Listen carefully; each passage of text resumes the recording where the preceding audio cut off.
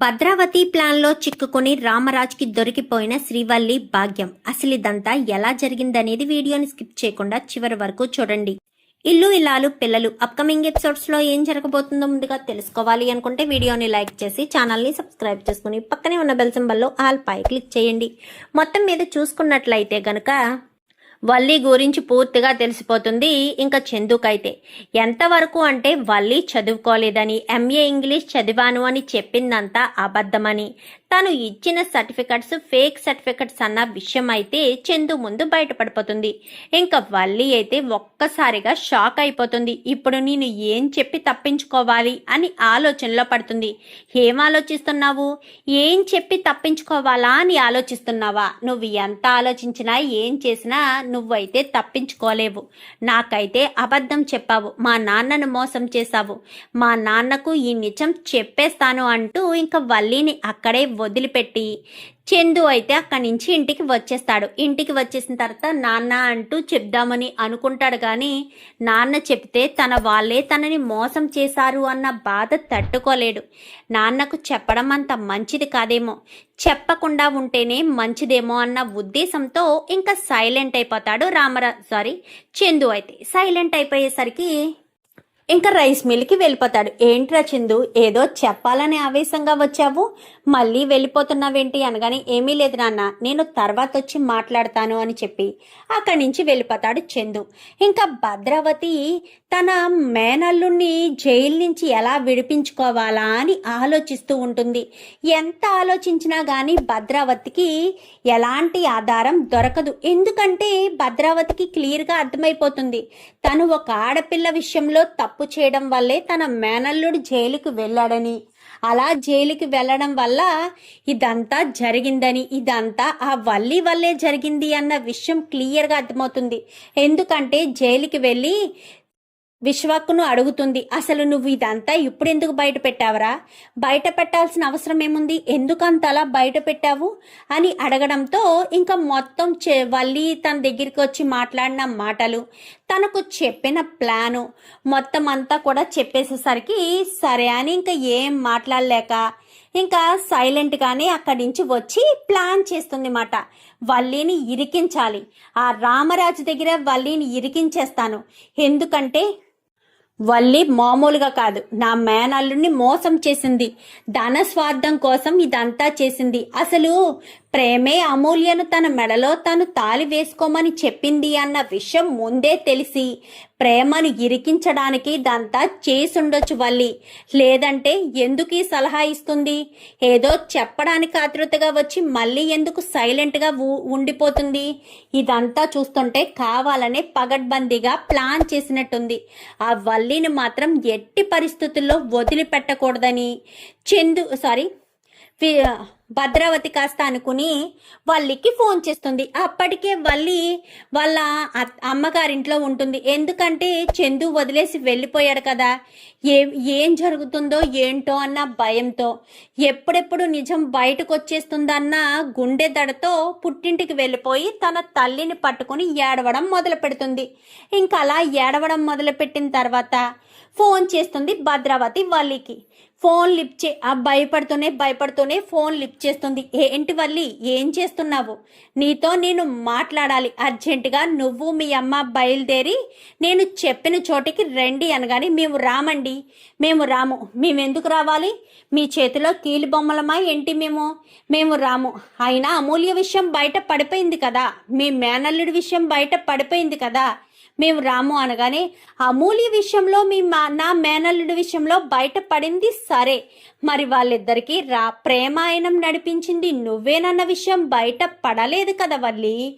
ఆ విషయం బయట పడుతుందేమో అది ఆలోచించావా? నేనే బయట పెడతానేమో, ఎందుకంటే నా మేనల్లుడు జైల్లో ఉన్నాడు కదా, అందుకని నేను బయట పెట్టే అవకాశం కూడా ఉంది.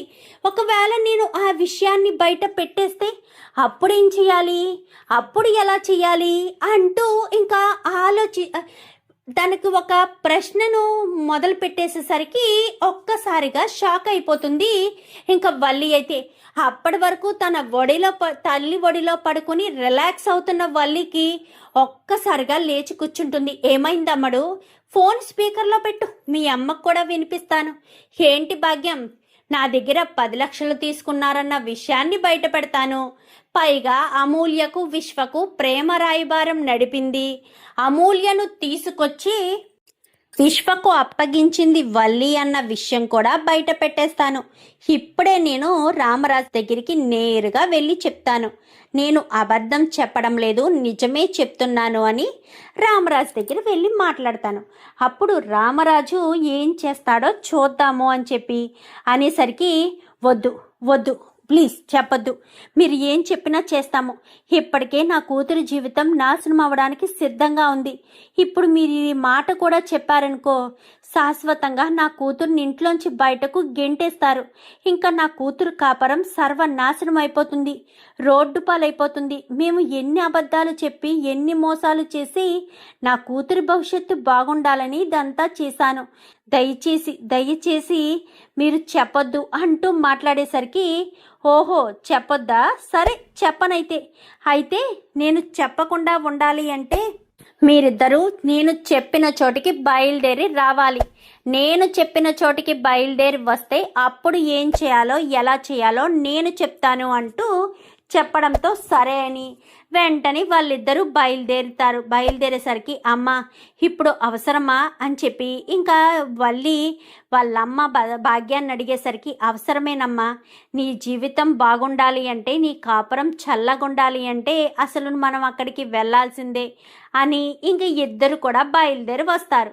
బయలుదేరి వచ్చేసరికి చాటుగా ఉండి చూస్తుంది భద్రావతి. వీళ్ళిద్దరూ వస్తారు. వచ్చేసరికి రామరాజుకి ఫోన్ చేస్తుంది తన కొత్త నెంబర్తో. ఫోన్ చేయడంతో ఎవరు మాట్లాడేది అనగానే, హలో రామరాజు గారు, నేను ఇక్కడ పని చేస్తానండి. మీ కోడలు వాళ్ళమ్మ ఈ టైంలో ఇక్కడ ఉన్నారు. అసలు వీళ్ళు ఈ టైంలో ఎక్కడెందుకున్నారు అని అడుగుదామని వెళ్తుంటే వాళ్ళు చాలా బాధలో ఉన్నారు. మరి ఎందుకో ఏంటో ఆ బాధ అర్థం కాలేదు. మీరు ఇక్కడికి వస్తారండి అనగానే, ఇప్పుడే అమ్మా, ఇప్పుడే బయలుదేరి వస్తాను అని చెప్పి రామరాజు కాస్త బయలుదేరబోతూ ఉండగా, బుజ్జమ్మ ఎక్కడికండి అని చెప్పి అడుగుతుందే కానీ రామరాజు అయితే ఎందుకులే వేదవతికి చెప్పడం, మళ్ళీ బాధపడుతుంది తనని. ఏమీ లేదు బుజ్జమ్మ, ఇప్పుడే ఇక్కడికే వెళ్ళొస్తాను అని చెప్పి రామరాజు బయలుదేరతాడు. ఏంటి నా ఫోన్ రావడంతో టెన్షన్గా బయలుదేరుతున్నారు అని బుజ్జమ్మ అనుకుని లోపలికి వెళ్ళిపోతుంది. రామరాజు బయలుదేరతాడు. బయలుదేరేసరికి ఈలోపు చందు వస్తాడు. ఏంటి నాన్న ఎక్కడికైనా వెళ్తున్నారా అనగానే, ఒక ఇంపార్టెంట్ ప్లేస్కి వెళ్ళాలి, ఒక మర్చెంట్ సేట్ రమ్మని పిలిచాడు, అందుకే వెళ్ళి మాట్లాడదామని అని చెప్పాను. కానీ నన్ను తోడుగా రమ్మంటారా నాన్న అనగానే, వద్దు నేనే వెళ్తాను అని చెప్పి ఇంకా రామరాజు కాస్త అక్కడికి వెళ్తాడు. వెళ్ళేసరికి అక్కడ వల్లి ఇటు భాగ్యం ఇద్దరు నుంచుంటారు. భద్రావతి నిలబడి ఉంటుంది. భద్రావతి నిలబడి ఉండేసరికి, అసలు భద్రావతితో వీళ్ళిద్దరూ ఇక్కడేం మాట్లాడుతున్నారు? భద్రావతితో వీళ్ళు మాట్లాడవలసిన అవసరం ఏముంది? భద్రావతికి వీళ్లకు ఏం సంబంధం ఉంది? అసలు ఎందుకు మాట్లాడుతున్నారు అన్న ఉద్దేశంతో ఇంకా రామరాజు చాటుగా ఉండి చూస్తాడు. చూసేసరికి, ఎందుకు రమ్మన్నారు మమ్మల్ని అంటూ వల్లి అడుగుతుంది. నేను ఎందుకు రమ్మన్నానో నీకు తెలియదా? నువ్వు చేసిన విషయాలు బయట పడకుండా ఉండడం కోసం నా మేనల్లుడిని తీసుకెళ్లి జైల్లో పెట్టిస్తావా? నేనేం చేశాను? మీ మేనల్లుడిని జైల్లో నేనేం పెట్టించలేదు. మరి ప్రేమే అమూల్య మెడలో తాళి వేసుకోమందా అన్న విషయం నీకు ముందే తెలిసి ఆ విషయం నా మేనల్లుడికి చెప్పకుండా అమూల్య నోటితోనే నిజం బయట పెట్టేలా ప్లాన్ చేయించావు. ఆ ప్లాన్ చెప్పింది కూడా నువ్వేనన్న విషయం నా మేనల్లుడు నాకు చెప్పాడు. ఇంత ప్లాన్ చేస్తావా? అసలు నువ్వు చేసిన తప్పుల ముందు నా మేనల్లుడు చేసిన తప్పులు ఏ పాటివి అని చెప్పి ఇంకా భద్రావతి అనగానే, నేనేం తప్పులు చేశాను? ఓహో, నువ్వైతే ఏ తప్పులు చేయలేదన్నమాట. విశ్వ అమూల్యకు మధ్య ప్రేమ రాయబారం నడిపింది నువ్వు కాదు. రేపు తెల్లవారితే పెళ్ళి అనిపించుకుని అమూల్యను తీసుకొచ్చి విశ్వకు అప్పగించింది నువ్వు కాదన్నమాట. విశ్వకు నువ్వు అప్పగించలేదా? అమూల్య తనంతట తానుగానే వచ్చేసిందా? మీ కాపరాలు కూలిపోతాయి అన్న ఒకే ఒక్క కారణం చేత అమూల్య సైలెంట్గా ఉండుండొచ్చు. అంతేగాని నువ్వు తప్పు చేయలేదని కాదు వల్లి, తప్పు చేశావని. అయినా నువ్వు తప్పులు చేయడం సహజమే కదా నీకు. ఎన్ని మోసాలు చెప్పారు, ఎన్ని నాటకాలు వేశారు. పాపం మా రామరాజు ఏమీ తెలీదు. ఏమీ తెలియకపోయినా నిన్ను గుడ్డిగా నమ్మి నువ్వే ఆ ఇంటికి కోడలివి, ఇంకా నువ్వు తప్ప ఎవరు గొప్పవాళ్ళు లేరు అన్నట్టు ఇంకా రామరాజు నిన్ను నమ్మాడు. నిన్ను నమ్మిన పాపానికి బాగా మోసం చేశావు కదా అంటూ చెప్పేసేసరికి ఇప్పుడు ఈ విషయాలన్నీ గుర్తు చేయడం కోసం చెప్పారా? అప్పుడు ఏంటి, ఇప్పుడు ఏం చేయమంటారు? ఏం చేయాలి? ఏం చేయడం ఏంటి? నువ్వు ఏమీ చేయక్కర్లేదు. ఏం చేయాలో ఎలా చేయాలో అంతా నేను చూసుకుంటాను కదా. మీరు ఒక పని చెయ్యి. నువ్వు ఆ ఇంటికి కోడలుగా ఎందుకు వెళ్ళావు? ఏ ఉద్దేశంతో వెళ్ళావు? మీ అమ్మ నువ్వు కలిసి ఏం ప్లాన్ చేస్తున్నారు? నా మేనకోడలు ఇదే పని చేసిందని నువ్వెందుకు బయట పెట్టావు? బయట పెట్టడం వల్ల నీకేం లాభం?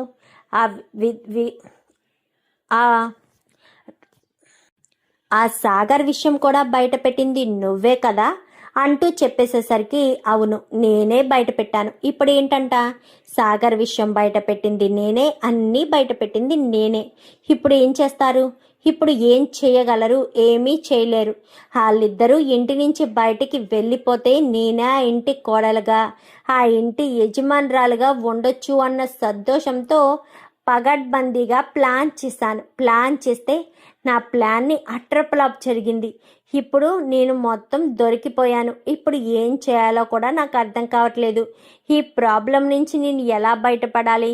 తనను ఎటూ తేల్చుకోలేని దిక్కుతోచని స్థితిలో నేను ఉండిపోయాను. ఇలాంటి మెంటల్ టెన్షన్లో నేనుంటే మీరు నాకు ఫోన్ చేసి మరీ రమ్మని చెప్తారా?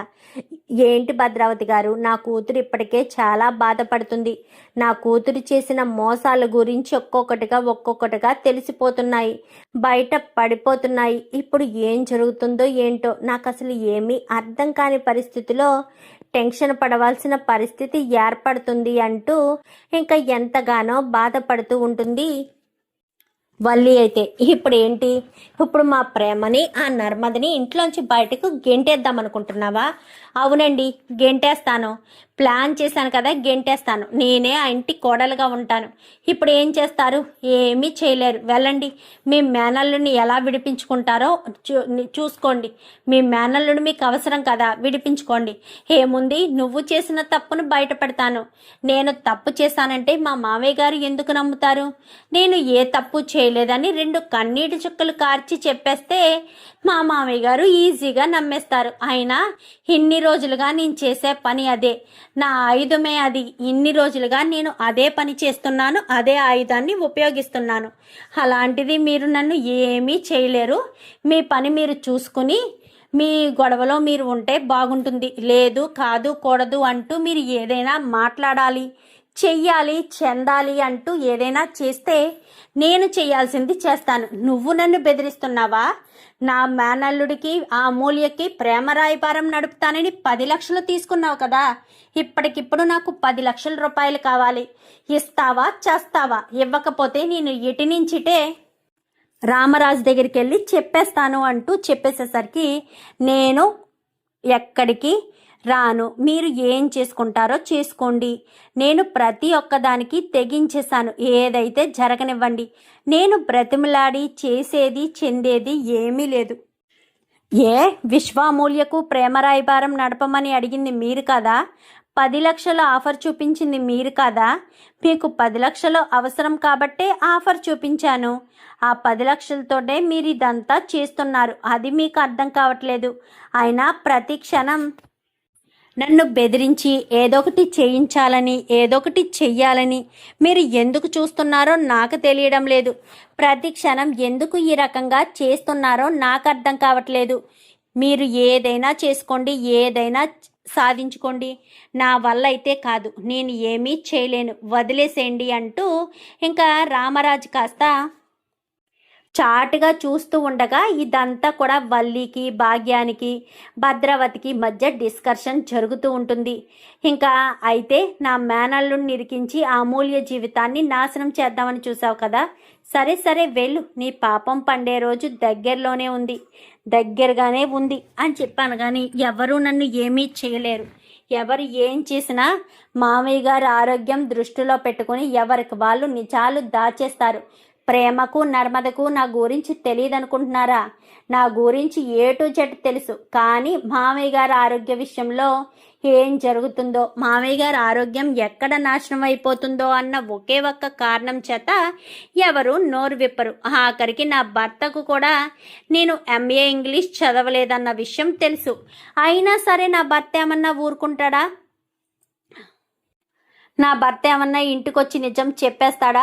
చెప్పడు. ఎందుకంటే వాళ్ళ నాన్నకు ఆరోగ్యం బాగోలేదు కాబట్టి నిజాన్ని చెప్తే ఎక్కడ ప్రమాదాలు జరుగుతాయి అన్న ఒకే ఒక్క కారణం చేత నిజాన్ని కూడా చెప్పరు అంటూ చెప్పేసేసరికి మామయ్య గారి ఆరోగ్యం ఎక్కడ నాశనం అయిపోతుందని అందరూ నోరు మూసుకుని ఊరుకుంటారు అని వల్లి కాస్త చెప్పడంతో రామరాజు ఆ మాటలన్నీ విని ఇంకా దిగ్భ్రాంతికి గురివైపోయి అక్కడి నుంచి చాలా గుండె బరువుతో బయలుదేరి వెళ్ళేసరికి ఇంకా తన కొడుకు జీవితం ఏమైపోతుందో, వల్లి ఇలాంటిది అన్న విషయం తన కొడుక్కి తెలిస్తే తన కొడుకు బ్రతకగలడా? ఇప్పటికే వల్లి ఎంఏ ఇంగ్లీష్ చదవలేదు అన్న విషయం తెలుసుంటుంది. దాని గురించి వాడు ఎంతగానో బాధపడుంటాడు. ఎంతో నరక వ్యాతన అనుభవించుంటాడు. వాడికి ఇన్ని కష్టాలా? వాడు ఇన్ని బాధలు పడాలా? వాడు ఇన్ని రకాలుగా కష్టాలు పాలు పడాలా అని ఎంతగానో బాధపడుతూ ఇంకా టెన్షన్ పడిపోతూ ఉంటాడు రామరాజు. ఇంటికి రావడంతో బుజ్జమ్మ అనుకుంటూ వచ్చి బుజ్జమ్మని పట్టుకుని ఏడుస్తాడు. ఏం జరిగిందండి? ఏమైంది?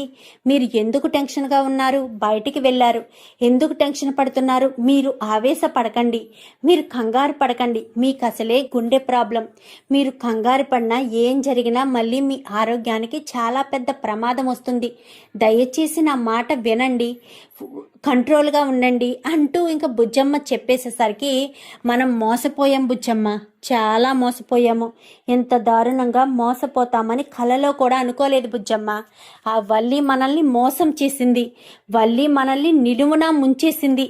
మంచిది అని తెచ్చి ఇంట్లో పెట్టుకుంటే మన ఇద్దరు కోడల్ని ఇంట్లోంచి బయటకు గెంటేయాలని, తను ఒకతే ఇంటి కోడలుగా ఉండాలని, అదే కాదు మన కొడుకుని కూడా ఇబ్బంది పెడుతుంది. మన పెద్దోడు కూడా వల్లి వల్ల ఎంతో బాధ అనుభవిస్తున్నాడు అంటూ చెప్పేసేసరికి ఏంటండి అనగానే, అవును, అమూల్య విషయంలో జరిగిందంతా వేరు బుజ్జమ్మ, అమూల్య విషయంలో జరిగిందంతా వేరు. నీకు ఆ మాట చెప్పాలంటే నా గొంతు దాటి మాట బయటికి రావడం లేదు. మీకు చెప్పాలని ఎన్ని రోజుల నుంచో ట్రై చేస్తున్నాను, కానీ అవకాశం దొరకడం లేదు. పైగా మీకు చెప్పే ధైర్యం నాకు సరిపోవడం లేదు. అందుకోసమని అంటూ చెప్పేసేసరికి ఇప్పుడు ఏం చేద్దామనుకుంటున్నారండి అంటూ ఇంకా బుజ్జమ్మ మాట్లాడేసరికి అదే ఆలోచిస్తున్నాను. పెద్దోడితో ఒకసారి మాట్లాడాలి. పెద్దోడు ఎక్కడున్నాడు? రైస్ మిల్లుకి వెళ్ళాడు కదండి, ఒకసారి ఫోన్ చేసి నాన్న ఇంటికి రమ్మంటున్నారు అని చెప్పనేసరికి సరే నేను వెంటనే ఫోన్ చేసి చెప్తానని బుజ్జమ్మ కాస్త చెప్పి వెంటనే చందుకి ఫోన్ చేస్తుంది. ఒరే పెద్దోడా, ఎక్కడున్నావనగాని, ఏంటమ్మా ఏమైంది? నిన్ను అర్జెంటుగా మీ నాన్న రమ్మంటున్నారు. మీ నాన్న నీతో ఏదో మాట్లాడాలి అని అనుకుంటున్నారు.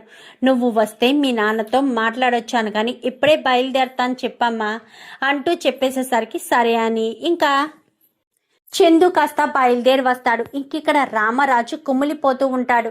పక్కనే కూర్చుని ఇంకా తల్లైతే స్పర్శ అందించడానికి ప్రయత్నాలు చేస్తూ ఉంటుంది. ఇంకా రామరాజు అయితే చాలా భయపడిపోతాడు. టెన్షన్ పడిపోతూ ఉంటాడు అంటూ టెన్షన్ పడిపోతూ ఉంటాడు.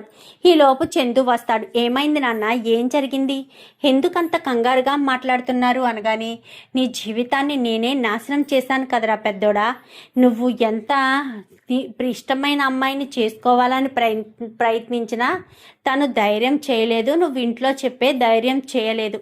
ఇప్పుడు ఎవరినో చూసి నేను నీకు ఇచ్చి పెళ్లి చేశాను, వాళ్ళు కూడా నీ జీవితాన్ని గాలికి వదిలేసి వాళ్ళు స్వార్థంగా ఆలోచించడానికే చూస్తున్నారు. అలాంటి వాళ్ళ గురించి నేను చాలా తక్కువగా మాట్లాడతాను, కానీ ఇప్పుడు మాట్లాడాల్సిన పరిస్థితి, ఎందుకంటే నీ జీవితం సర్వనాశనం అయిపోయింది ఖచ్చితంగా అంటూ మాట్లాడేసరికి అది అని చెప్పి ఇంకా ఎంతో సర్ది చెప్పాలని చూస్తుంది. వద్దు బుజ్జమ్మ, నువ్వు వాళ్ళని ఎంత వెనకేసుకు రావాలని ప్రయత్నించినా మీ ఆయనలో అయితే ఎలాంటి మార్పు లేదు. ఆయన ఖచ్చితంగా చెప్పేస్తున్నారు కదా, తప్పు చేశాను, తనలో అయితే ఏ మార్పు లేదు, తప్పు చేస్తాను అని చెప్తుంది కదా. సుమారు 10 లక్షలు తీసుకుందంట. 10 లక్షలు తీసుకుని ఏం చేసిందో ఎవరికిచ్చిందో ఏమీ తెలియడం లేదు. అలాంటిది మీరు తనని బాగా నమ్ముతున్నారు అని ఇంకా రామరాజుతో చందు అనేసరికి, అది కాదు నాన్న, నీకు ఈ విషయం అనగానే నాకు మధ్యాహ్నమే తెలుసు తనకు సర్టిఫికెట్స్ లేవని, నా ఎంఏ ఇంగ్లీషు డూప్లికేట్ సర్టిఫికెట్స్తోనే చేసిందని, అసలు తను ఒక ఆర్కిటెక్ట్ కాదని,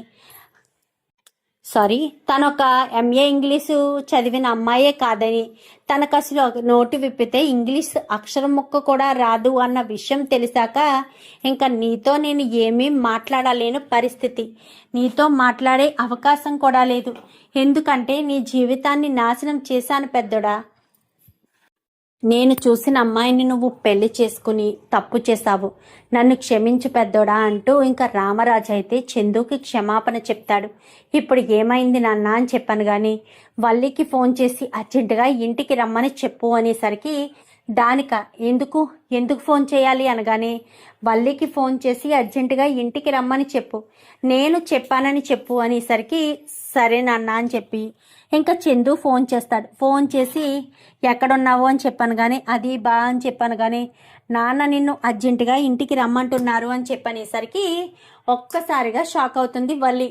ఏంటి ఉన్నట్టుండి మామయ్య నన్ను ఇంటికి రమ్మంటున్నారు అని అనుకుంటూనే, అమ్మ నేను మామయ్య గారు రమ్మని పిలిచారంట, అక్కడ ఏమన్నా జరుగుందేమో అందుకే నేను ఇంటికి వెళ్తున్నాను అని అక్కడి నుంచి వల్లి కాస్త బయలుదేరుతుంది. ఇంకా ఇంటికి రావడంతో పెద్దోడా వెళ్ళి వల్లి బ్యాగు, వల్లికి సంబంధించిన వస్తువులన్నీ తీసుకొచ్చేసే అనేసరికి, సరే నాన్న అని చెప్పి అక్కడి నుంచి వెళ్ళబోతూ ఉండగా, ఎందుకు నాన్న, ఏ విషయం మీద వల్లిని ఇంట్లోంచి బయటికి పంపించేస్తున్నారు అని అడగాలని అనిపించలేదా అని చెప్పి రామరాజు చందుని అనగానే, మీరు ఏ నిర్ణయం తీసుకున్నా మా మనసుకు నచ్చేది మా ఇష్టపూర్వకంగానే తీసుకుంటారు అన్న విషయం నాకు తెలుసు.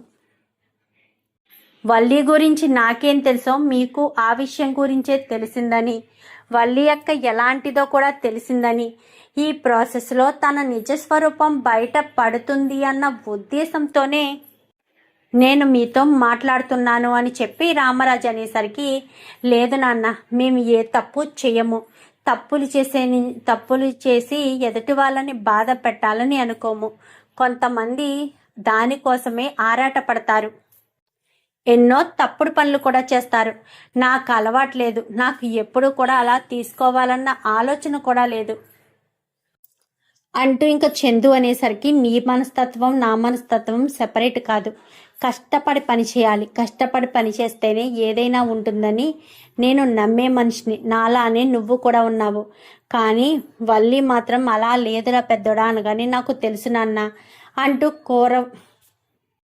అంటూ ఇంకా అన్ని విషయాల గురించి మాట్లాడుకుంటూ ఉంటారు.